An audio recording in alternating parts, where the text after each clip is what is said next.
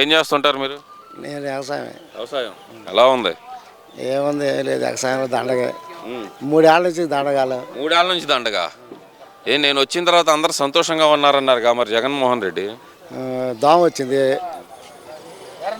ఎర్రనల్లి వచ్చింది, నల్ల రంగు పురుగు వచ్చింది, పూతలోకి మొత్తం పోయింది. ఎన్ని పెట్టుబడులు పెట్టి ఏముంది? ఎన్ని పెట్టుబడులు పెట్టినా ఉపయోగం లేదు. ఉపయోగం లేదు, అన్ని మందులు వేసిన. 13.5 ఇచ్చాను నేను అన్నాడుగా. 13.5 ఎంత కొత్త ఒక మందు బుడ్డి ఎంత అండి? ఇప్పుడు 650 రూపాయలు ప్యాకెట్, విత్తనాల ప్యాకెట్. అది 1500 అమ్మింది. 600 రూపాయలు 1500 అమ్మి మేము కొనుక్కొచ్చాం. 1500, 275, 810 ఇవన్నీ అమ్మిచ్చారు. ఇంక ఈయన 1300 ఏళ్ళు ఇస్తే సుఖం ఉంది. ఎన్ని ప్యాకెట్లు కావాలి ఎకరానికి? 14 ప్యాకెట్లు కావాలి. 14 ప్యాకెట్లు పడతాయి. మరి ఆ ప్యాకెట్లు కొనుక్కొచ్చాలి, డబ్బులు అయ్యి వ్యవసాయం ఏం చేసుకుంటారు? అంటే సకాలంలో వర్షాలు పడి నేను ఇచ్చే డబ్బులతో రైతులందరూ సంతోషంగా ఉన్నారు. చంద్రబాబు ఎక్కాడు, ఇక్కడ అన్నదాతకు నొక్కాల్సిన బటన్ ఏదైతే ఉందో ఆ బటన్ నొక్కట్లేదు, ఇంకా అన్నదాత అకౌంట్లో డబ్బులు వేయలేదు, రైతులను మోసం చేస్తున్నాడు అనే మాట జగన్మోహన్ రెడ్డి వాడుతున్నారు కదా మరి. అవునండి, ఇప్పుడు నెల రోజులు కూడా కాదు ఎక్కి. ఇప్పుడు నెల రోజులు ఆగాలిగా, 6 నెలలు. ఒక 6 నెలలు చూడాలిగా, అవన్నీ చూసుకోవాలిగా, కాతికాలు చూసుకోవాలి, పైలు చూసుకోవాలి, అన్నీ చూసుకొని వేస్తాడు. అప్పుడు అంటారు చంద్రబాబు చేయగలంటే అనుభవం ఉంది కదా, అనుభవం ఉంది కదండి.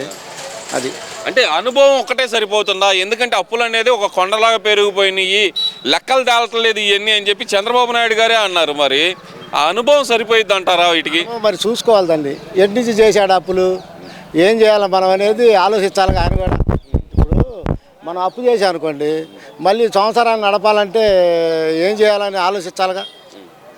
ఇంట్లో కూర్చొని అందరు కూర్చొని ఆలోచించాలిగా. మనం ఈ పని చేయాలి, నువ్వు ఆ పని చేయాలి, నేను ఈ పని చేయాలి, చేద్దామని చెప్పి అట్నే మంత్రులందరూ కూర్చొని మనం ఏం చేద్దాం, ముందుకు పోవాలంటే రాష్ట్రాన్ని. ఇప్పుడు పక్కన అప్పులు ఉన్నాయి అంటూనే మరో పక్కన అన్నా క్యాంటీన్లు ఓపెన్ చేస్తానంటున్నారు. 8వ తారీఖు అంటే 2 రోజుల్లోంచి ఇసుక ఫ్రీగా ఇస్తానంటున్నారు. ఇది ఎలా సాధ్యం అవుతుందంటారు ఇవన్నీ ఆయనకి? ఇసుక ఆయన అబ్బి ఏం చేశాడు? ఇసుక అంతా కాంట్రాక్టులు వాళ్ళు ఎమ్మెల్యేలు మంత్రులు దోసుకున్నారు. ఇసుక నీకు సేనరేజీ కడితే చాలు, ఇసుకకి సేనరేజీ కడితే చాలు. అంతా టక్కుకు 200, 300 సేనరేజీ కడితేనే వచ్చే డబ్బులు వస్తాయి.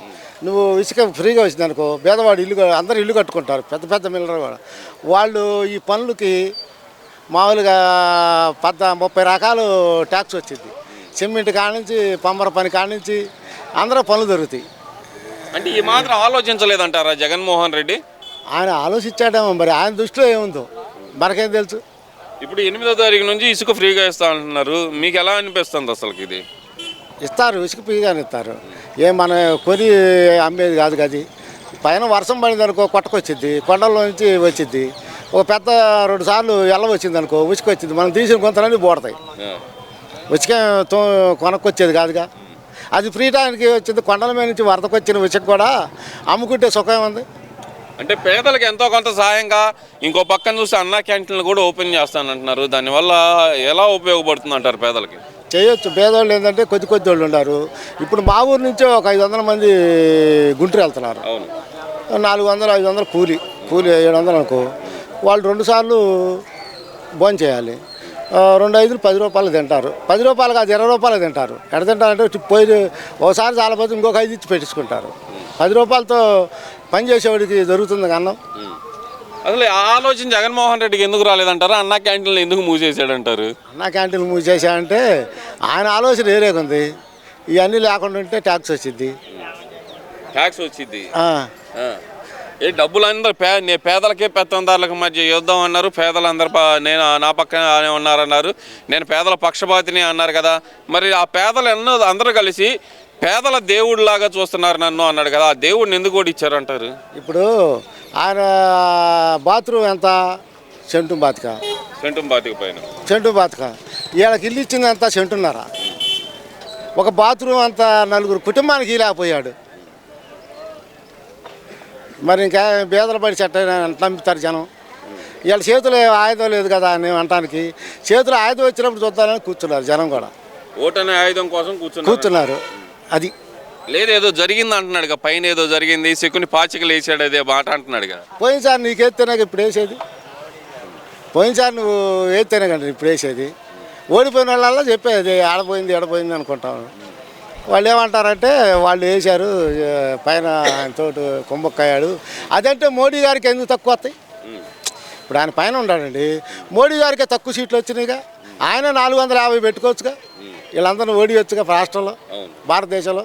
మరి ఆయనకే తక్కువ వచ్చినాయిగా, ఏమనుకోవాలి మనం? ఉత్తరప్రదేశ్లో పెట్టుకోవచ్చు, అంతా వాళ్ళదేగా. ఉత్తరప్రదేశ్లో సీట్లు పోయినాయి, మరి ఎట్లా నమ్మాలి జనం?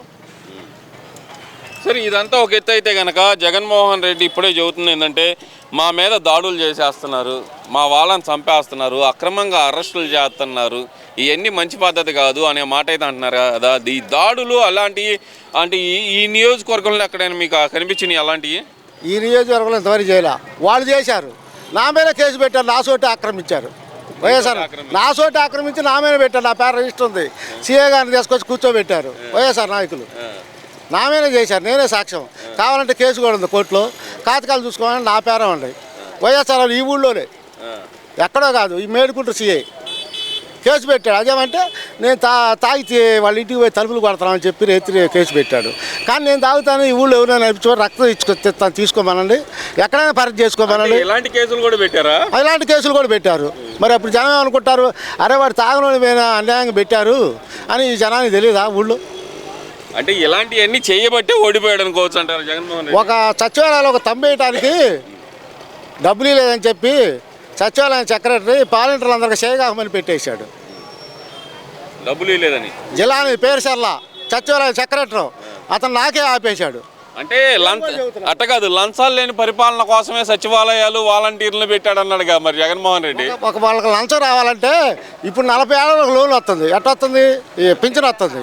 40 ఏళ్ళకి పెన్షన్ వచ్చిన మంది చూపిస్తాను, వాళ్ళ కార్డు మార్చాలి లేదు చూడమండి. ఆధార్ కార్డు మార్చి 60 ఏళ్ళు చేపించి పింఛన్ ఇస్తున్నారు. అదేంది అసలు 40 ఏళ్ళకి 60 ఏళ్ళు కార్డు మార్చి?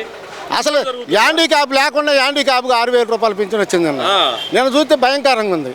నిన్న పంచడానికి వెళ్ళిన చూస్తే వీడికి 6,000 రూపాయలు పింఛనిందా అని ఎలా చూడాలంటారు మరి? ఇవన్నీ చూశారు కదా.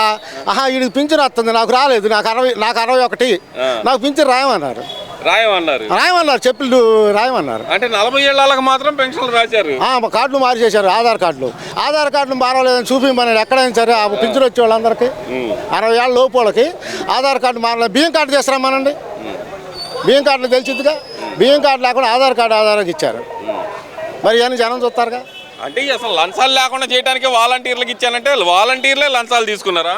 వాలంటీర్లు ఇప్పుడు చెల్లుల్లో డబ్బులు పెడతారు చూడు, చెల్లు చంద్రబాబు మీద పెడితే వాళ్ళిద్దరూ లేకపోయినట్టే ఇంకా సీట్లు వచ్చాయి జగన్మోహన్ రెడ్డికి. ఇంకా సీట్లు అసలు జగన్మోహన్ రెడ్డికి వచ్చిందే 11 కదండి. 11 కాదని ఇంకా వచ్చే ఎక్కువ. ఎందుకంటే కొంత వాలంటీర్ నాశనం చేశారు, కొంత వాళ్ళు ఉన్నారు చూడు ఐప్యాడ్ వాళ్ళు నాశనం చేశారు. లేదంటే జగన్మోహన్ రెడ్డికి 11 కూడా రావా? 11 కాదు, ఇంకా ఎక్కువ వచ్చాయి. వీళ్ళిద్దరి వల్ల ఇంకా తగ్గిపోయాడు, ఈ 11కి వచ్చాడు. వాళ్ళిద్దరు లేకపోతే ఇంకా కొంచెం గెలిచేవాడు. వచ్చాయి, వాళ్ళిద్దరే నాశనం చేశారు. వాలంటీర్లే జగన్మోహన్ రెడ్డి నాశనం చేశారు. వాలంటీర్లు చేశారు. ఆ ప్లేట్ వాళ్ళు ఉన్నారు చూడు, పేటీఎం బ్యాచ్, వాళ్ళు చేశారు. ఏది చెల్లు పెడతాం నాయకుడి మీద మెసేజ్లు పెడతాం, చెల్లు చూపిస్తేనే కడుపు పండింది జనానికి. వాళ్ళకి 5 రూపాయలు వస్తున్నాయిగా, రోజుకి 5, 10 పెడుతున్నారు. చెల్లు ఒక 100 రూపాయలు వస్తున్నాయి, సరదా చేసుకుంటారు, మందు అవుతున్నారు. వాళ్ళే దెబ్బ కొట్టారన్నమాట. వాళ్ళు వీళ్ళే దెబ్బ కొట్టింది. ఓకే, అయితే మళ్ళీ వస్తానంటున్నాడు గట్టిగా జగన్మోహన్ రెడ్డి. మరి ఇవన్నీ చేయడానికి కావాలిగా.